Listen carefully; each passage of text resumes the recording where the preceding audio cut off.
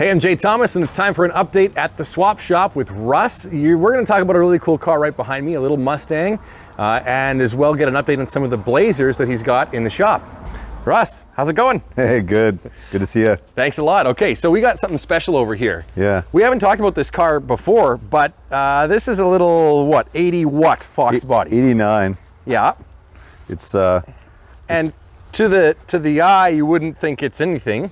No. Because it's kind of got some patina up on the front there. Mm-hmm. But when you start looking at the wheels, there's something special about this car. Yeah. So what do we got? What do we got for wheels?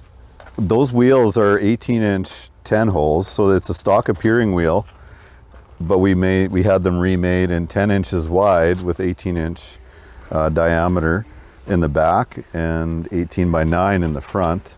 The tire's got a bead leak, so the tire's flat, but we'll get that going. That's all right. The other thing that's cool is there's no valve stems, no. Like at least that you can see. Yeah, the valve stems are in the inside, so that it's a little harder to refill them, but it makes it look a lot better. It's pretty sweet. Now the real trick is what's under here. Mm-hmm. So it's a 5-liter swap. Yep, it's a Coyote Swap. The idea on this car was to kind of go with the paint job is you know, donor parts, patina, nothing fancy, but we just, while the engine was out, we cleaned the engine bay and painted it white. We freshened up the door jambs and just stuff like that so it didn't look ratty. But we did put a 2013 Coyote motor in it with a 5-speed 3650 Tremec. We put Hydro Boost on it, brakes, yep, and power steering. So the car actually drives like a dream. It's got a lot of power. It's a stock motor, but 400, you know, whatever they're rated at, 430 or something. Yeah. You add a cold air and some long tube headers to it and free throwing exhaust, and you end up with a little monster. Well, and it, you know, like interior is in nice shape in this car too. You know, it looks pretty nice in here. Yeah, we were able to locate a full red interior from a guy that was swapping to black because he was painting his car purple.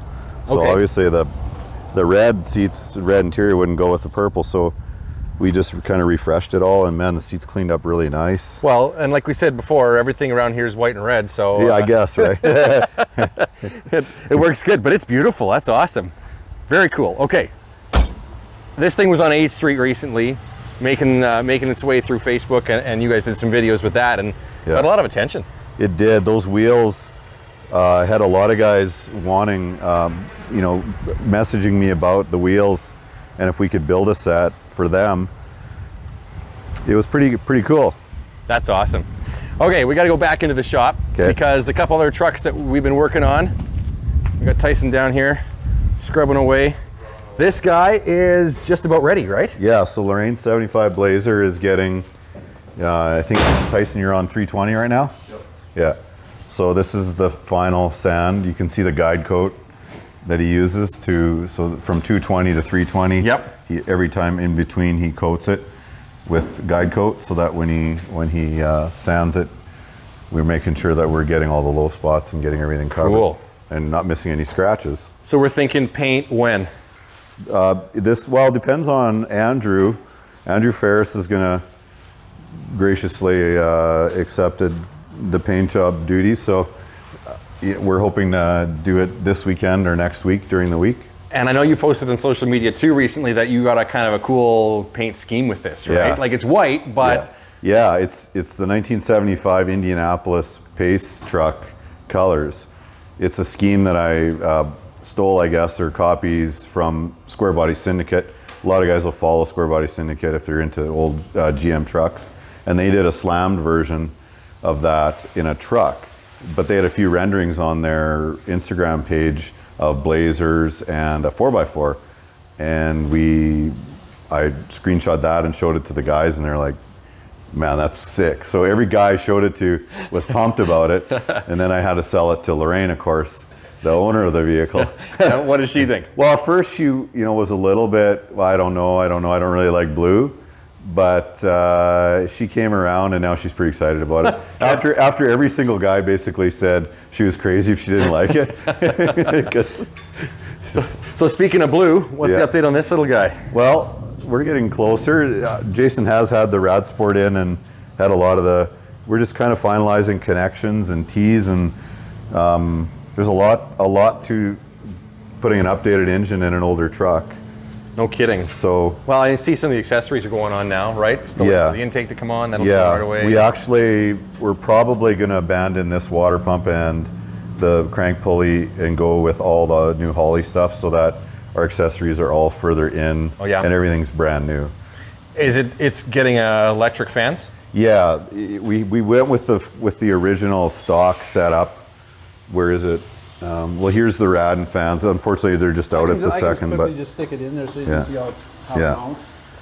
But it's nice to go with everything OEM. So if the customer has problems down the road, he can order the right radiator, or he can order the right fans, or to use as many OEM parts as possible. That's kind of what we like to do. And as long as you got a list of what the stuff came off of, or what it belongs as long as you know what year it came from. Right.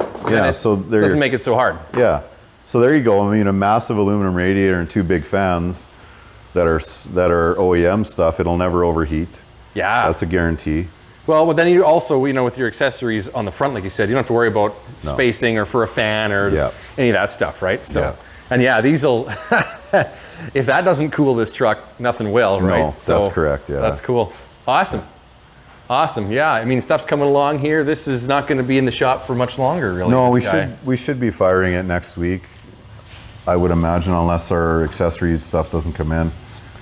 But the fuel pump's in. I think our fuel lines are ran. Yeah, they're ready to go there. You can see fuel lines, return lines ready to go. The drive shafts are on.